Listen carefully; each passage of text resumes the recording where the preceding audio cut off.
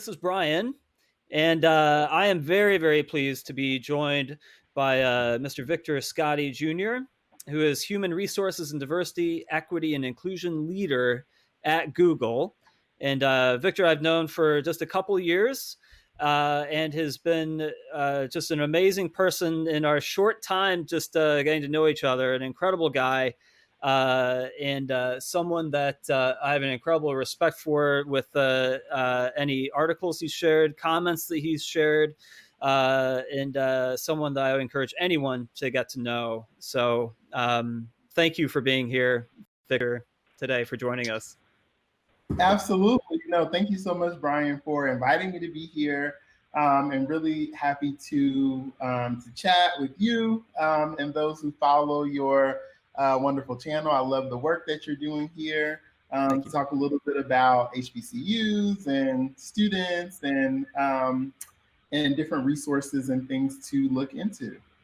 I appreciate that. Yeah, and HBCUs. Part of my love for promoting them is, and as we talk in kind of the higher ed circles, is just that communities, like connecting community to community, is always such a powerful thing for a number of reasons, but that the success that students have at HBCUs is incredible.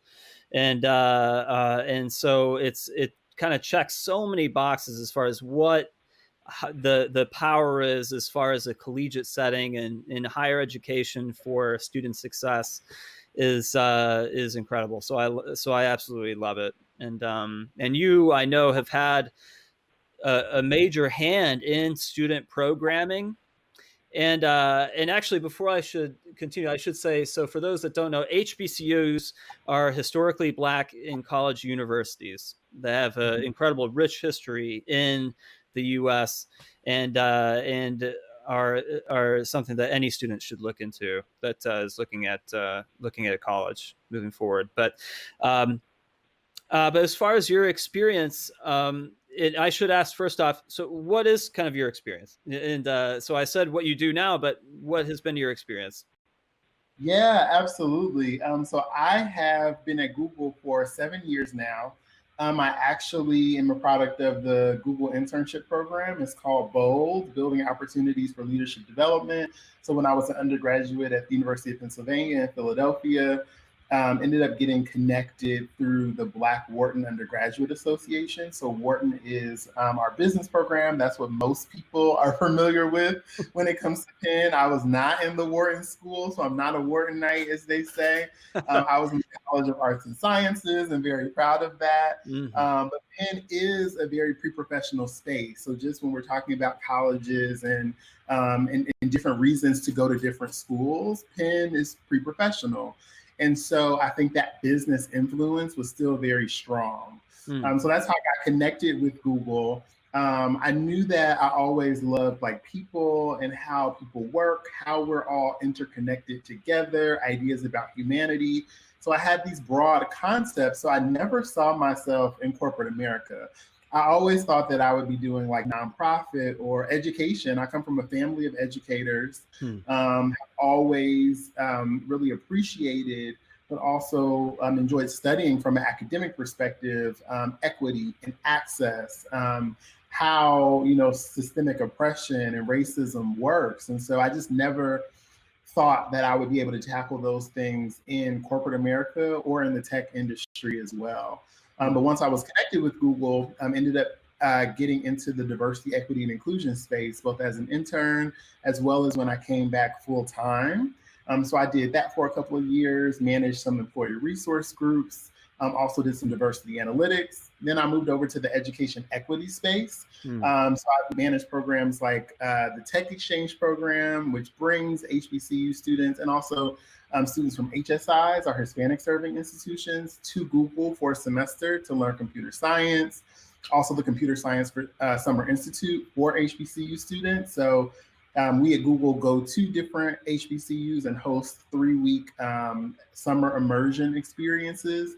I can talk a lot more about those programs a little later, but I've been doing also ed equity work as well. And then just recently kind of moved into our core human resources space. And so for me, kind of working on outreach and pipeline building, it's also important that once you have folks of color who have historically been excluded from tech in tech companies and in corporate America, we have to make sure that the processes and our culture are equitable. So I've kind of shifted my scope, and that's the complexity and the challenge that I'm working on now. um, I so appreciate your work then that you've done, and it's been so important, and the impact that you've had has been incredible as far as what I know about you, and so I'm excited to follow the work that you do and to learn more about just where you're going from here on out, because the impact has been indelible, I would say. So thank you, and. Absolutely. Uh, and in speaking to that work, I'm just curious. When we think about student programming, that can take a number of different twists and turns. Yeah. And what we know again is that students that are actively engaged, within their college or university, those students have a higher rate of academic success, and including for students that are transfer students from a community college, is that those students are more successful. Mm-hmm. But also that student programming, really again kind of ties into community, which in of itself is a high impact kind of practice, as we would say, within a college university setting. Um, and I would be interested, as far as a question for you would be, what have you seen in terms of that kind of growth of student programming at HBCUs in particular, but also you please speak to any community colleges and predominantly Black institutions. Uh, and what is the benefit for students? Absolutely. So I always have to, start a conversation about our nation's historically Black colleges and universities by starting with saying that as a Black man in America, I am a product of historically Black colleges. So my grandmother went to Florida A&M University in Tallahassee. And actually, pieces of her narrative fit directly into, what we're about to get into. And actually, she's a product of two HBCUs. One, there was a high school program there, Edward Waters College, which is also in Florida. And then she moved on to Florida A&M, and took classes part-time and in the evening. So again, when we talk about that flexibility, providing that access, Florida A&M was that place for her. Then when she met my grandfather, and she studied education, so became a teacher. When she met my grandfather, who was a part of the Army and moved to Chicago, where he's from, she went to Chicago State University, which is one of our predominantly Black institutions in Chicago.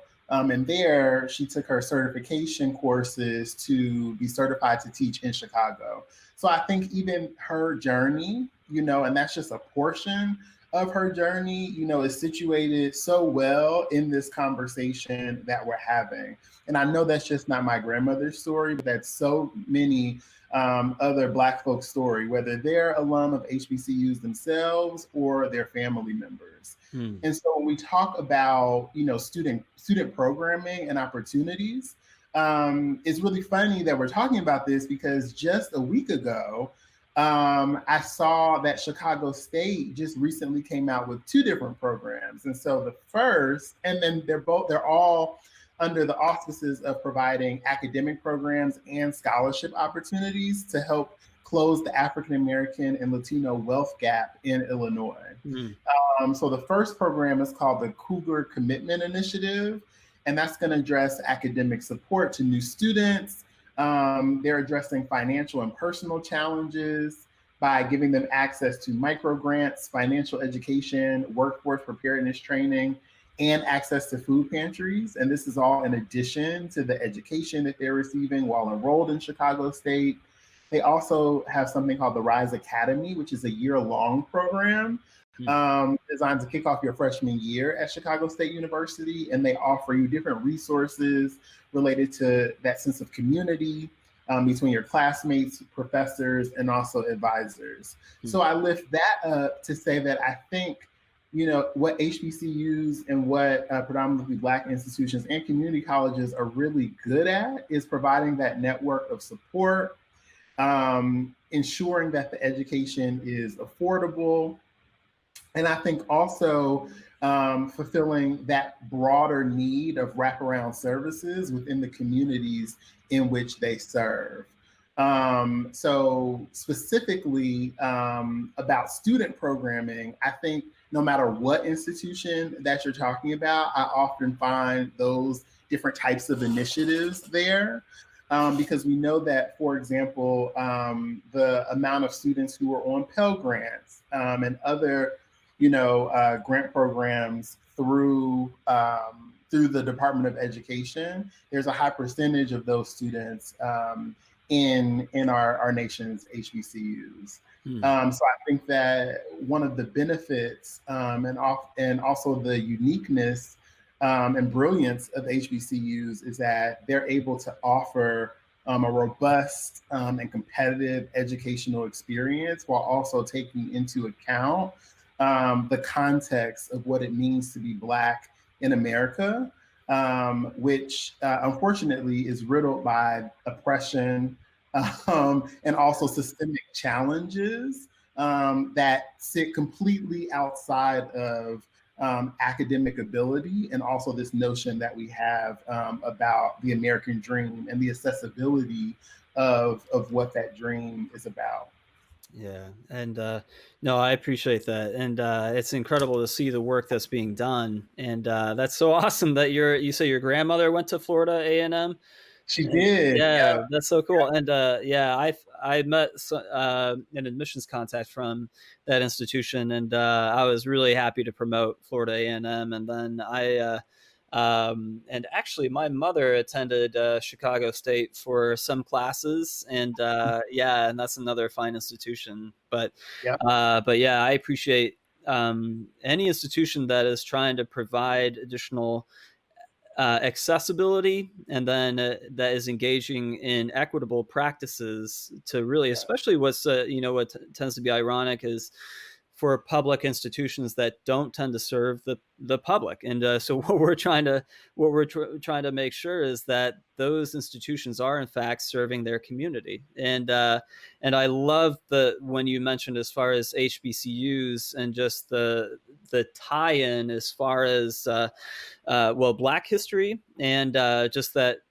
again, like Black history is U.S. history, Absolutely. and so being able to promote and lift up those institutions and practices that are engaging and in promoting students, and is something I love, and so I'm so happy that your voice lends such a great impact to that. So thank you for that. But Thank you. um, so as far as and I know a lot of the work that you did in terms of these kinds of connections and your work with Google, a lot of Mhm. this, and when we think of Google, we think of something that is STEM specific, Yeah. and specifically computer science. Actually, I still remember when I started undergrad, and this might be dating me a little bit, was in my one of my first classes as a freshman in college, was talking in a like a Excel kind of class, and it was about search engines, and my professor, distinctly recall, be like, if you're searching online, consider this site Google, because they have the most indexed sites of anyone that we know of. I'm like, Google, that's so silly. Isn't Google like that's a number with like a million zeros or 100 zeros or something, and like, what a silly name. And then obviously look at Google now. And but uh, but I'm curious, how is kind of Google supporting computer science students, right now at HBCUs, like Yeah, specific to that field of study, or that just. totally. And I think I'm really proud of the work that Google is doing because it's really the most robust that I've seen in the tech industry. And I'm not just saying that because I work there, but I think it's really rare for tech companies to have multiple teams of folks working across different programs in we say the pipeline, but I'll say the life cycle of a student's journey in and also through college at an HBCU in particular. So I think the focus on equity, the focus on access, and really that focus on specificity, right? Because we also have initiatives and a focus area on, students overall, on Black students, and then particularly, HBCUs and understanding and partnering with the unique context that's there. So within that space, there are a number of different things I would highlight. Selfishly, I'm going to talk about the Computer Science Summer Institute first. Not only is that the youngest age of students that we work with on this pipeline, but also it's a program that I used to run. So it's a 3-week residential immersive experience for students. So there are actually different versions of the Computer Science Summer Institute, but there is one particularly for HBCU students. So we partner with different HBCUs. So during my time running the program, we partnered with Fisk University in Nashville, Alabama A&M University in Huntsville, and also North Carolina Central in Raleigh-Durham. And at those schools, we actually had Google engineers come to teach, not an actual intro to CS class, but introductory concepts within computer science, with the focus on critical thinking, computational thinking, those foundational concepts that we know that you'll need to be successful as you go into your intro to CS class. Normally, there are about 100 students per summer in that particular program. And the goal, we actually sit within the staffing organization within Google. So the goal is to get students in the pipeline, not only for them to participate in our other programs, but also ultimately for them to join as software engineers at Google. So just to put it in context, why a program like this is so important when we're talking about groups that, as we like to say, historically excluded from tech, because we want to honor that it's not based on any type of academic ability, that there aren't as many Black people at Google, right? When we think about equity and access and who has access to these spaces, that plays a huge factor. So ultimately we want students to become employees. So 100, students who are attending HBCUs, that's 100 students that we haven't engaged with at Google before that now are familiar with us, have met Googlers. So we're also building that social capital or helping them build their own social capital and giving them core technical skills that they can use to move forward.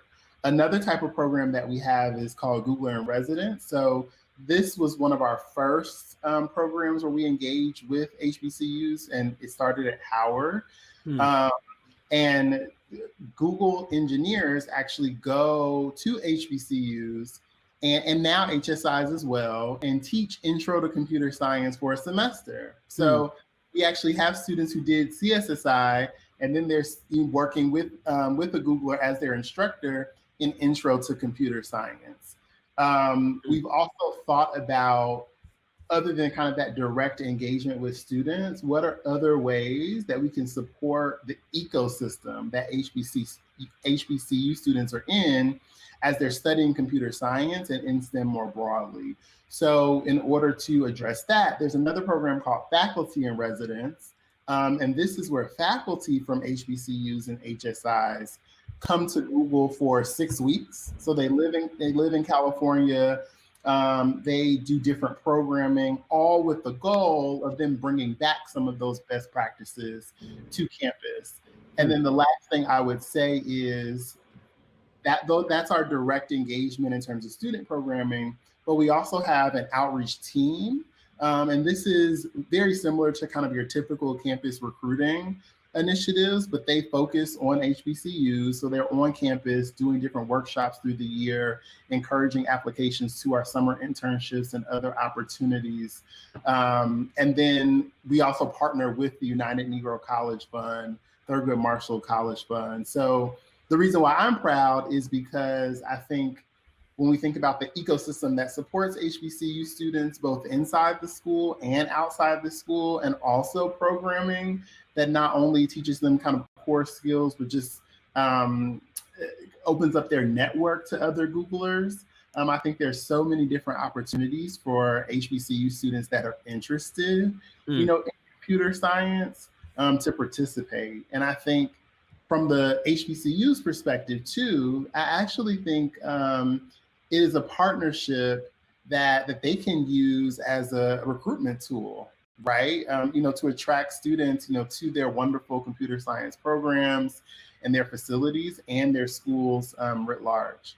that's so cool. And yeah, what's so amazing too is you mentioned kind of the engagement, and that's often what we look at is like, okay, what does the program have in terms of visibility and engagement? But what is so critical and what's so awesome as far as what you just highlighted is often is the outreach that's part of that. Is that you have quality students and is trying to really bring them in and show the support and highlight just the abilities and what those students bring, but also what's available, and then kind of working with them, to really kind of establish, you said, I think, a life cycle, but again, kind of that those connection points which are critical for student success. And that's really exciting as an educator, just to know about and to be able to promote is that outreach exists.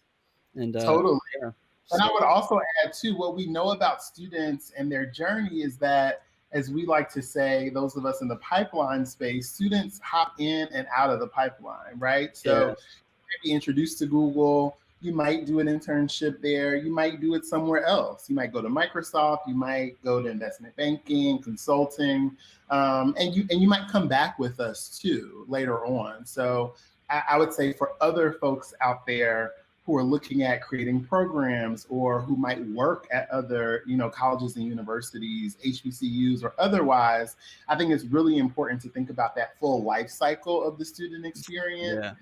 What are the different points along the pipeline that your company or your industry is best positioned to support, and how do you create that support, and how do you think of how student movements typically work? So that's what I would just add, just from kind of a programmatic perspective. The design is very intentional.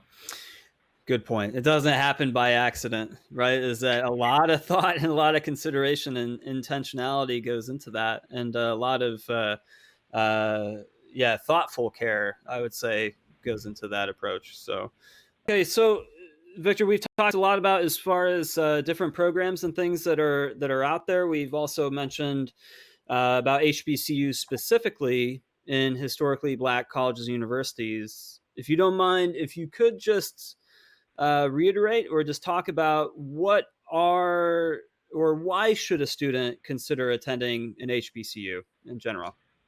Totally. I think that HBCUs are just bastions of Blackness, and I think all types of Blackness. There are so many intersections within the Black community, and I think that an HBCU is a rare space that uplifts those, and allows students to grow and explore within that.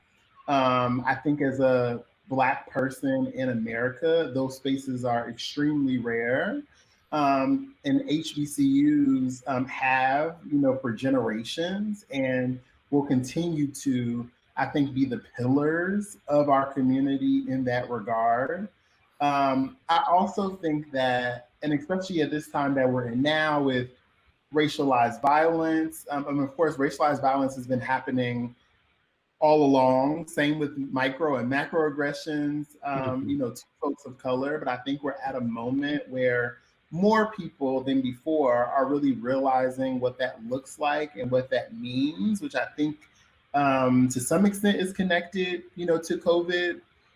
But I think that in this moment, Black joy is so important. Hmm. And so when I think about HBCUs, when I observe the experience, everything from homecoming to alumni weekend to graduation to just the everyday lived experience of students who attend HBCUs, that is what comes up for me as well. Hmm.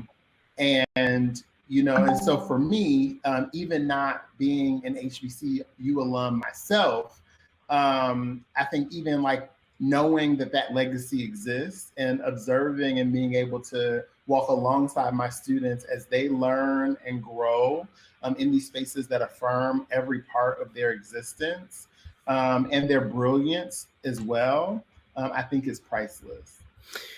That is so well said. And someone, as a white individual and someone that has benefited from white privilege, and in myself being, I've always been a fan of HBCUs and wanting to try and champion those, and to speak up when I can, and especially in this time period that we find ourselves in. And it's so beautiful to hear, as far as just being able to celebrate a Black community, and as you said, Black joy is something that's so beautiful to hear. And in being able to champion those institutions is wonderful. And so yeah, so thank you for highlighting so eloquently just what the benefits are for an HBCU. And I look forward to trying to do my part in trying to really shed light on those benefits, and to really showcase those institutions and the programming that exists, and again, to be able to champion the program that you have also been instrumental in creating, that currently exists. So thank you for doing this, and for again, for thank you for the work that you do. That's so important. So I really appreciate it. So, Absolutely. And the last thing I'll just say is for students who want to learn more about what Google is doing in particular, mhm. not only is our annual diversity report available, I think that highlights not only what we're doing in the student space, but also in the diversity, equity, inclusion space more broadly. For students in particular who are looking for opportunities, students.google.com is going to be the hub of all the different programs and opportunities that we have, not only for HBCU students, but all students. So feel Awesome. free to go there and explore, and to find out more about what Google's doing. Fabulous. And I'll make sure so for those watching, in the comments and details of this video, I'll include all those links, and so you can have easy access to be able to get those. So thanks again, Victor, for doing this.